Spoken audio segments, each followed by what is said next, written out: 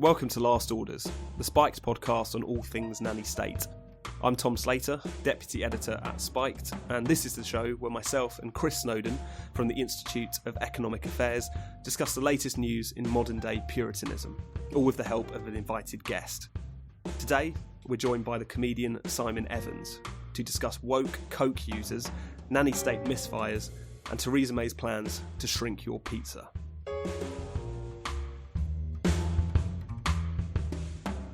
Hello and welcome to Last Orders, the Spike podcast on all things nanny state. We're back after a short absence and on a brand new podcast feed. We've cut the apron strings, we're no longer on the general Spike one, so if you're hearing this, please subscribe to Last Orders on iTunes or wherever you get your podcasts so you get the show direct each month. My name's Tom Slater, I'm Deputy Editor of Spiked, and today, as ever, I'm joined by the IEA's Head of Lifestyle Economics and the author of Killjoys, Chris Snowden. Hello, Chris. Hello, Tom.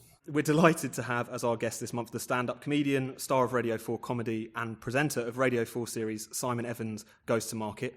Simon Evans. Thank you. It gives the game away, doesn't it, the name of that show? It does. But it's in the introduction. So let's kick things off by talking about drugs and the middle classes, effectively. So London, we're told, is in the grip of a crime wave of gang violence, and it's actually the young professionals and the Shoreditch hipsters who are supposedly to blame. This is something that the Home Secretary, the Mayor of London, the head of the Met have said, that effectively the kind of coke habit of the middle classes is fueling the illicit trade, crime and violence on neighbouring estates.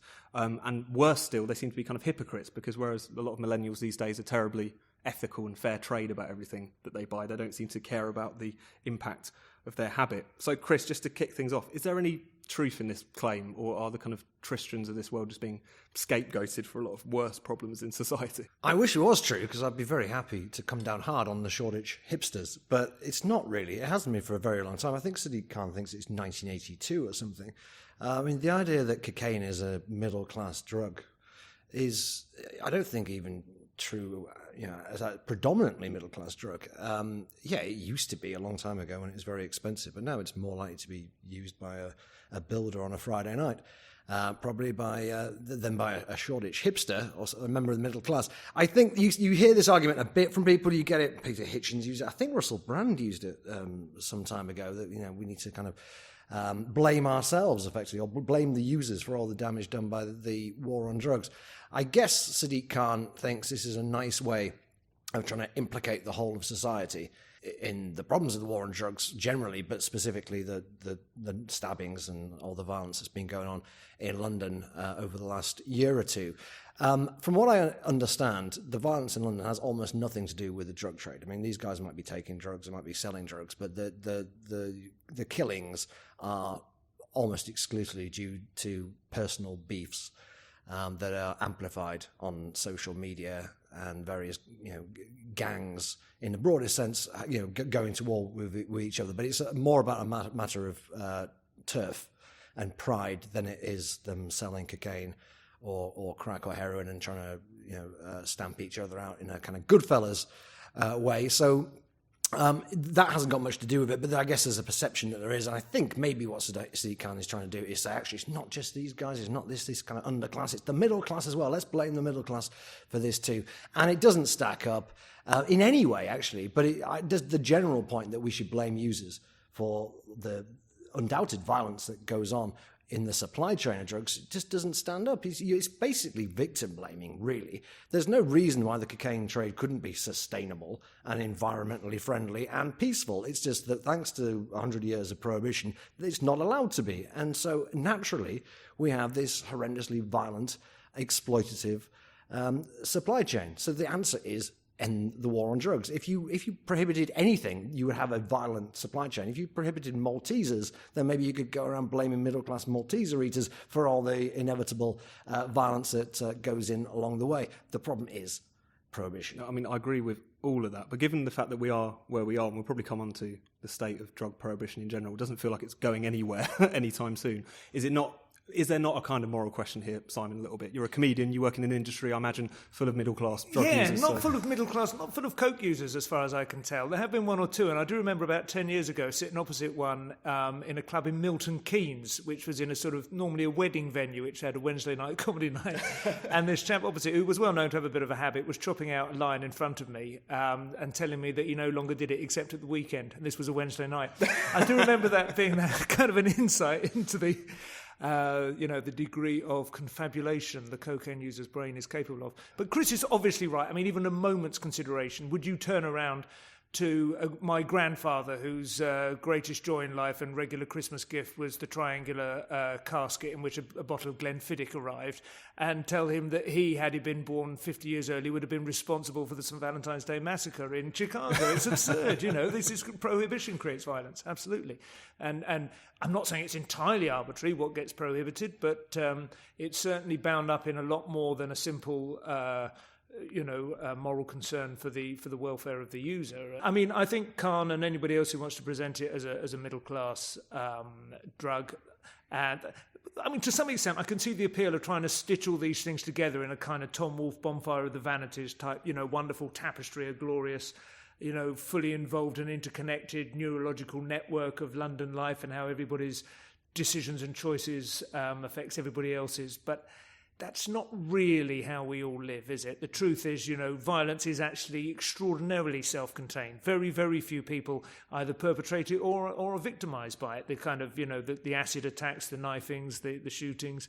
Everyone knows which part of Tottenham you don't walk through, after sundown. It's wishful thinking, I'm afraid, to try and sort of, as I say, knit everyone together like this. The best way to deal with it is to get in close, I think. And when you see builders being arrested for carrying a Stanley rifle, not just arrested, but actually going through to court and them actually being fined, which is happening now. I mean, it's just absurd. But this is the thing. It feels like we're kind of, in a way, we've got two sort of moral panics colliding with each other at the moment. Yeah. There was a lot of coverage recently about London's crime rate peaking above New York's, but it was only largely because New York's had come down so much in recent years. And even then, it was only for a couple of months, wasn't it? I think it's reasserted itself. New York now, but considering we are talking about violence and the inner cities being infested with drugs and who's to blame for it, all the rest of it, this feels very almost throwback, Chris, in terms of the discussion about drugs, its impact. Have we really gone nowhere on the discussion of kind of drugs, their effects, and closer towards decriminalising or legalising, considering we're having a pretty, as I say, kind of old-fashioned debate about drugs and their social effects at this point? With cannabis, we are moving forward, and medical cannabis is now legal, I think. it's still patchy in America, I think, isn't it? Different states. I think it's patchy, but California is legalized. That's the biggest state. I think something like a third of the people who live in America now can access weed legally. And probably more medicinally. So yeah, it's really taken off in America, mainly because of the tax revenue. You know, I wrote something for the IEA recently looking at how much tax revenue the government can make if it legalized cannabis, because I know that's the thing that's probably going to convince politicians. The issue is, and we actually had a debate at the Tory conference a week or two ago about this, and we got Luke Graham, who's an MP you probably haven't heard of, but the important thing about Luke Graham is he's at the start of his career. Generally, you get these people on the way down. We had Crispin Blunt. I'm not saying he's on his way down, but you know, he's been around for a long time and he's been banging on about this for a long time. It's quite encouraging that you've got people whose careers are in front of them saying we should legalize cannabis, not just decriminalize it, not just legalize it medically, but legalize it for good. The politicians, I think, are behind the public on this, particularly on cannabis at least, because they're still a bit scared of the Daily Mail and the Sun. But actually, if you look at what the Sun's been saying over the last few years, they're not that bothered. Even the Mail's not that hysterical about it anymore. The issue is, what is going to be the spark that makes them legalise it? With the medical marijuana, you had the Billy Caldwell stuff that was, you know, very well kind of harnessed by people who want to reform the drug laws. It's not obvious to me what particular spark could come along to make a politician say, right, enough is enough, we now need to legalise marijuana. I would have thought it would be something that would enable them to position it as a way of making it a safe route to market, rather than saying, oh, come on, they're only having fun, let them have their fun. Rather, if you can present it as a kind harm of, reduction. Kind of thing. Yeah, exactly. Yeah, almost a nanny state initiative to an extent to say. And I think there is something to that. I mean, I know that I've been I think about this a lot, the arc I am on through life, and you reach your 50s as a stand-up comedian and find yourself suddenly on the other side of the glass from a lot of the issues that you started on, and so I don't know whether it is just that, that makes me think this, but it does seem to me that a lot of the marijuana in various forms now is a good deal more toxic and potent than it ever was when I was at university. I mean, you could pretty much go through university stoned every day, and it wouldn't necessarily. I knew plenty of people who did that and ended up as partners in law firms and so on. And, it's a fundamentally different drug now. That's what people need to understand. Exactly. And so in that respect, I think, legalisation would probably be the most, appropriate way to cope with that, to say, right, we will legalise this, but this is, people will know what strength they're dealing with. It will come with the appropriate warnings. It will be sold from off-licence type premises or whatever, not simply just available at the newsagent. And there'll be a sort of... a certain amount of education will seep in to come with it. Essentially, you make a public health argument for it. Exactly. But that's the danger, sure. I mean, because cannabis has been always kind of compartmentalised off from the rest of the discussion for quite a long time, insofar as it feels like there's a section of the public health community who are pushing very hard for this. Someone like David Nutt, for instance, has been promoting cannabis and legalisation for a long time, largely because it's, as he sees it, a better alternative to the demon drink. So, I mean, is there not a danger here that you would have this one win, but wouldn't crack any of the edifice? He also interestingly sees ecstasy as a better alternative to alcohol, doesn't he? Says a lot about, and a better alternative to horse riding. Well, I'm with him on that, to be honest. The problem with nuts, for me, I like his mad idea of having this synthetic alcohol thing, which basically sounds like a legal high as far as I can see. He's made it. He says he's done made it, but he can't sell it or even test it anywhere. I just picture him kind of making it in his bathtub. It's all a bit Willy Wonka, isn't it? Yeah.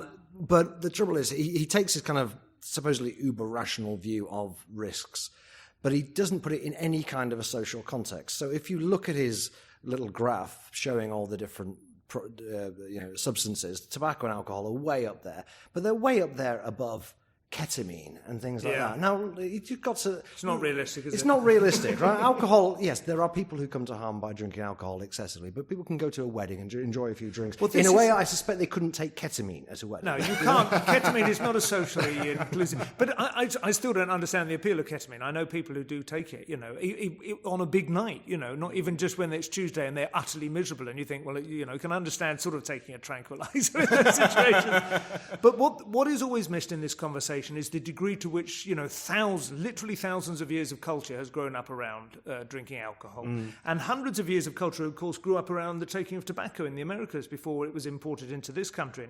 Any culture that has had hundreds or thousands of years to learn to adapt itself to its drug of choice, that is inevitably going to be a more worthwhile and evolved thing to get involved. It also suggests it might be a better drug as well. The fact that alcohol has been around in every society that's been able to make alcohol for thousands of years suggests it's probably a good drug.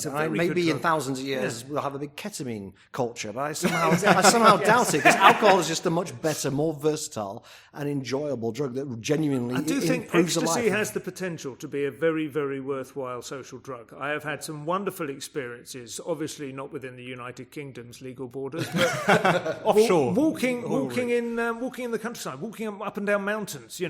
Just that brings that experience a little bit more alive. It's wonderful, and it keeps you feeling perfectly social. And it wears off, and there's no great harm done.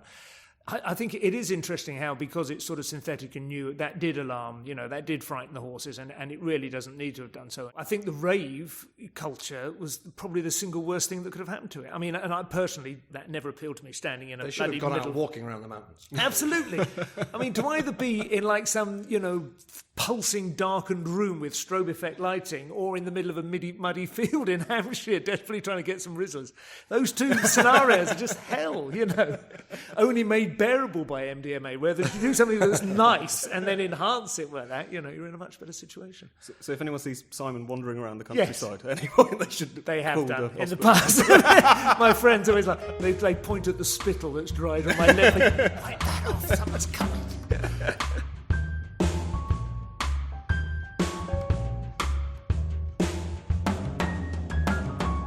You're listening to Last Orders. If you're enjoying the show, why not give us a rating and a review? It takes less than 30 seconds, and it really helps us reach new people. Thanks. Now, back to the show. Let's turn to some bad news for nanny state types that we've seen over the last couple of weeks and months, and good news for the rest of us, I suppose. So it seems like a bunch of public health schemes from around the world are backfiring or misfiring quite majorly. So early signs in Scotland suggest that alcohol sales are up after the introduction of minimum pricing. In America, a report has suggested that campaigns to push fast food joints into kind of offering healthy alternatives has actually just lured in more custom in which they just buy the same food anyway. And meanwhile, in Mexico, the home of the sugar tax, obesity numbers are up by nearly 4 million in 4 years. So, Chris, do you want to tell us a little bit more about some of these heartwarming stories? Well, who's really surprised? It's uncanny how ineffective so many of these policies are, and when you consider that the basic premise behind them is incorrect, that's hardly surprising. The news on minimum pricing, to be fair, has only come from the small grocery sector. We haven't got the full picture from the supermarkets and so on. It's quite possible that minimum pricing has helped the convenience store sector. Certainly the convenience stores in Scotland are very happy with the way it's gone so far. But they figure that they have published data, these guys, and they say gin sales are up 90%, which is a striking change, but very much what I predicted, I have to say, beforehand. Because once you level the playing field in terms of the price of a unit of alcohol, once you make getting drunk on brandy the same price as getting drunk on White Lightning or Frosty Jacks, people are going to essentially go on the basis of, well, two things, I think. One, flavour, what kind of drink they actually like. People didn't really like cider that much. They were only buying it because it was cheap per unit.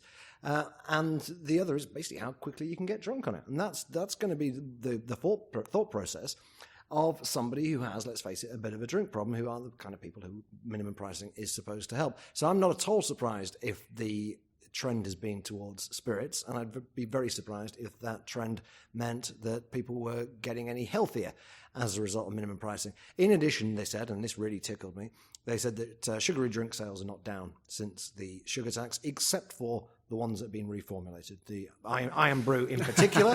And to be fair, they had a quote from the guy at Iron Brew saying, yes, we have seen a dip in sales, but we believe that eventually consumers will return to the brand.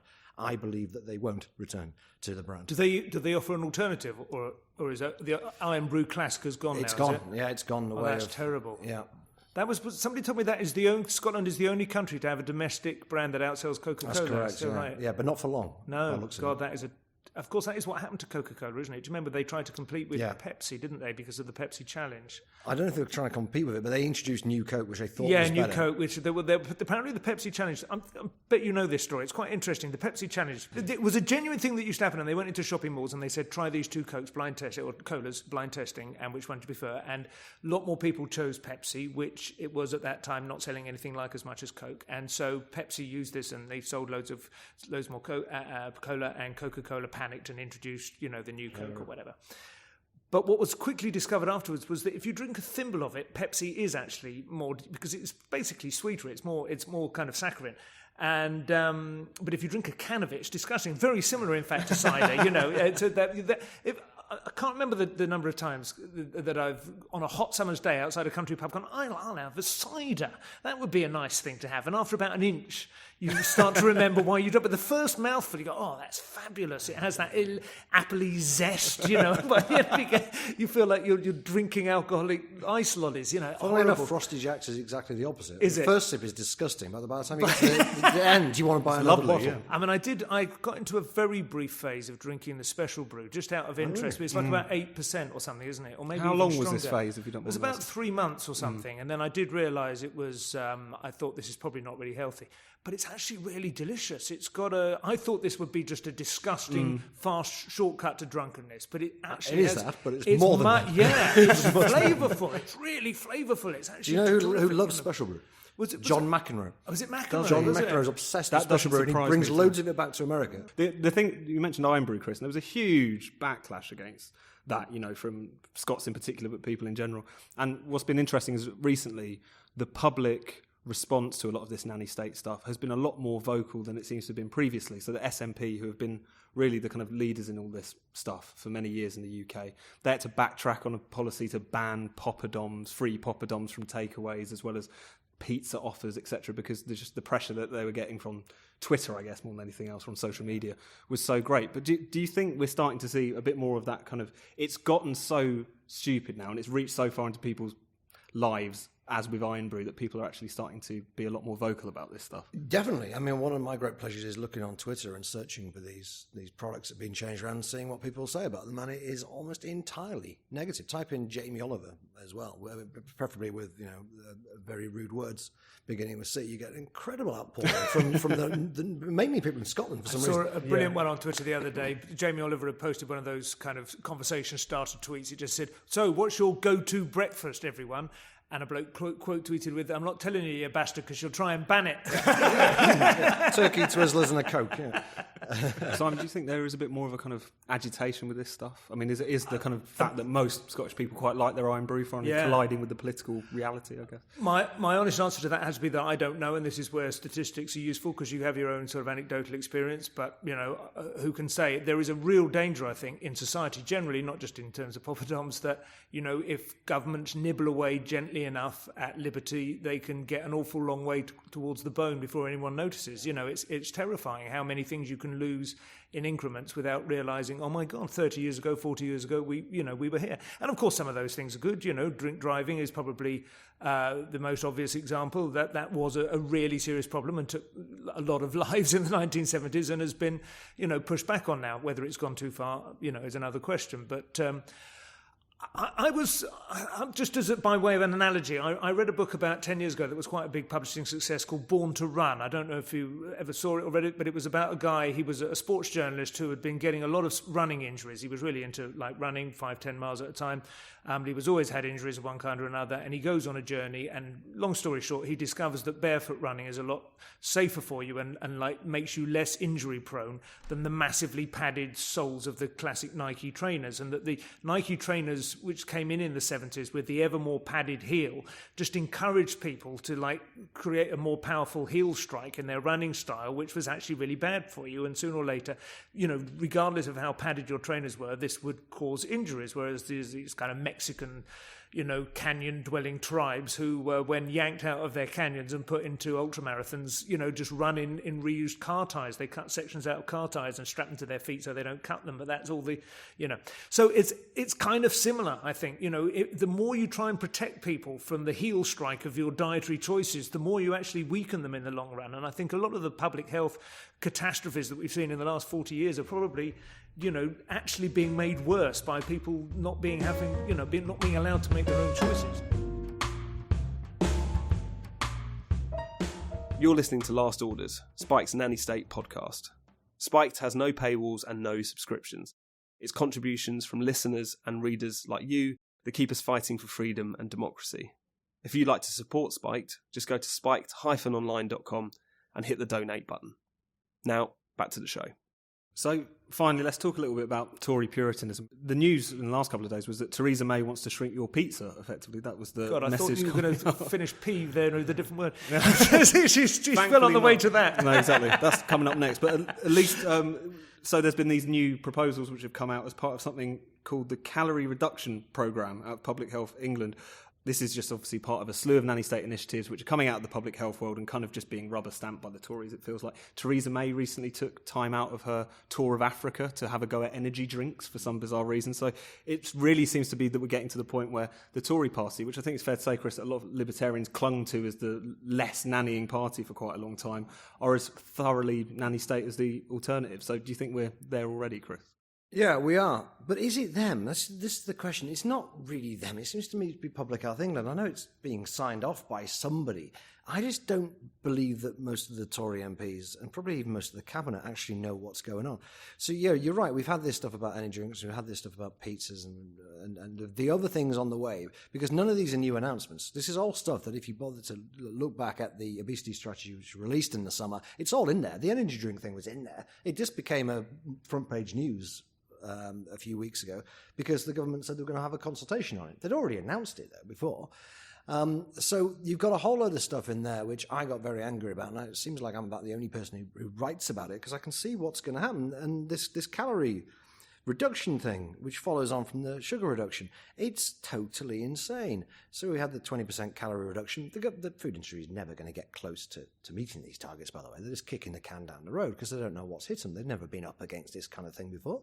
The biggest industry in the country, great relationship with government. There's been no reason to suspect that suddenly they get the sort of tobacco treatment. So they don't know what they're doing. They've said they're going to go along with these targets. They won't do. They'll get to 2020 when the target's supposed to be in force, and God knows what will happen then. Either the Tories will back down or the nutters will prevail, and there'll be some kind of mandatory limits on how much sugar and salt and so on you can put in food, which would be even more crazy than what's already being proposed. As you say, is it all coming from Public Health England? But there does seem to be a trend. This isn't just in the Tory party, but you see it across politics, which is the way you feel purposeful and like you're doing something a lot of the time is by banning loads of stuff. Yeah. And that goes not just for the strictly public health stuff, but if you think about what Michael Gove has been doing as Environment Secretary, banning straws, that strange short-lived crusade against wood-burning stoves. And this was something that would, again, members of the public would be either bemused by or against, but nevertheless seem to generate positive headlines. He's really making the most of his brief.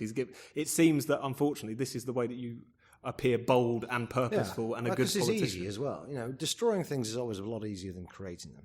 Anyone can go around banning things. It doesn't really have much cost to the government unless it's really, really unpopular. And I think some of this obesity stuff probably will prove to be very unpopular and some kind of U-turn will have to be carried out. But as Simon says, there's a lot of ruin in a nation. It's a very easy thing for people to do. Gove, I've got quite a lot of time for. I think he actually did quite a good job at education, and he is a genuinely intelligent guy, especially by the standard of politicians. But these people go native. He's gone completely native at DEFRA. And it was pathetic to see him arguing with Michael Barnier or somebody from the European Commission, maybe Guy Verhofstadt, the other day about who was the first to come up with the idea of banning plastic straws. And Gove was insistent that it was him, and the EU said, no, we're going to do it before you do. So I think we'll do it first. It's just pathetic. What do you make of all this, Simon? Yeah, straws, and Starbucks in America have banned them as well, haven't they? And I think it's been mocked as mercilessly as anything I've seen in 8 years on social media. It's just absurd. Tokenism of the worst possible kind. And I do kind of understand that. I think any government, regardless of whether you fully buy into, what is it called, anthropogenic climate change, or whatever, the degree to which we're doing it and the degree to which we can stop it or we should adjust to it, whether we should be thinking more in terms of transitioning to a higher climate or whatever. But I mean, that is just ridiculous. And he deserves all the contempt. Funnily enough, I've always kind of had a soft spot for Gove. I was quite in favour of his policies, broadly speaking, when he was at the Ministry of Education, and I've got into trouble on Twitter on several occasions, being the one voice who would sort of stand up for him. Just because he was annoying the teachers didn't necessarily mean he was doing something wrong. In fact, quite the opposite. But I don't feel very much confidence. Yeah, we do live in a horribly consumerist world. I mean, I totally get that. I completely agree with the general principle that there is too much packaging, that everything is too, but most of this, of course, has initially come from nanny state interventions and, ridiculous levels of obsession with hygiene and making sure everything is exactly standardized. It all seems to be just responsive to things happening in the media. So this plastic, crusade, which I'm not totally against, because there clearly is a problem with plastic in the oceans. But let's face it, it's not actually coming from Britain. I gather something like 95% of the plastic come from 9 rivers in Asia. Right? North Korea puts more plastic bottles into the sea than the whole of the United States of America. So we can make these little tokens and hope that the rest of the world follows us, but it's very unlikely it'll happen. But my point is, it came about because of a TV program. Right? So Blue Planet was on TV, and suddenly Gove is, we're going to do this, we're going to do that. Medical marijuana, they should legalise medical marijuana. But it was because one particular instance got highlighted, and from going, we're definitely never going to do this, 1 minute it was suddenly, actually, we're going to legalise it, justice for Billy and all this kind of stuff. And you said Jamie Oliver, really, this is the same kind of thing. Guy makes a few programs. Hugh Fernley-Whittingstall makes a few kind of Me Too type programs. Not Me Too in that sense, but copying Jamie Oliver. And suddenly they we're going to do this after all. We weren't going to do it last year, but now we will. This is not thought out. Theresa May presents herself as a woman, a serious woman of principle, and she doesn't. This is a domestic agenda, just reacting to whatever. But it's not even reacting to the public, though. It's just whatever's in the news. It was like I understand that obviously the sort of human story of the kind of medical cannabis boy is obviously something that would be quite affecting, but things like straws, most people think this is ridiculous. It's only really in some corners that you've got the moral high ground if you're bragging about the fact you're carrying your metal straw around with you. I remember I was in Brighton recently and went to the bar, someone ordered a gin and tonic or something, said, "Can I have a straw?" He says, "No, and you won't find any in town." And it was this really bizarre kind of level of seriousness to that. Starts polishing a glass. Then he beat the crap out of us. No, but not from around areas. But there is something quite weird about this, is that no one really thinks this is there's no evidence base for a lot of this stuff. No one really wants it. Why does it carry on and on? People in Brighton perhaps do. But they didn't realise they wanted it 10 minutes ago. No, exactly. Yeah. It's a TV program, which there's nothing wrong sometimes. Virtually all public. I mean, the entire immigration debate across Europe has been basically decided and steered by a handful of photographs and TV sort of snapshots and little interviews, isn't it? All kinds of stuff is steered by powerful, emotive, singular narratives, and if you can find the one that matters and the one that counts, entire laws get named after a specific child, whose story has captured the heart of a nation. So much public policy nowadays is decided by governments reacting to a sense that if they don't do something, they will be unpopular, that they will have lost their finger is off the pulse of the zeitgeist or whatever, and it's really depressing. But there we are. That's democracy, as we say. Hopefully, we'll see. That'll be over soon. That cheery note. Chris, Simon, thank you very much. Thank you. Thank you. You've been listening to Last Orders. Be sure to subscribe to this podcast wherever you get your podcasts.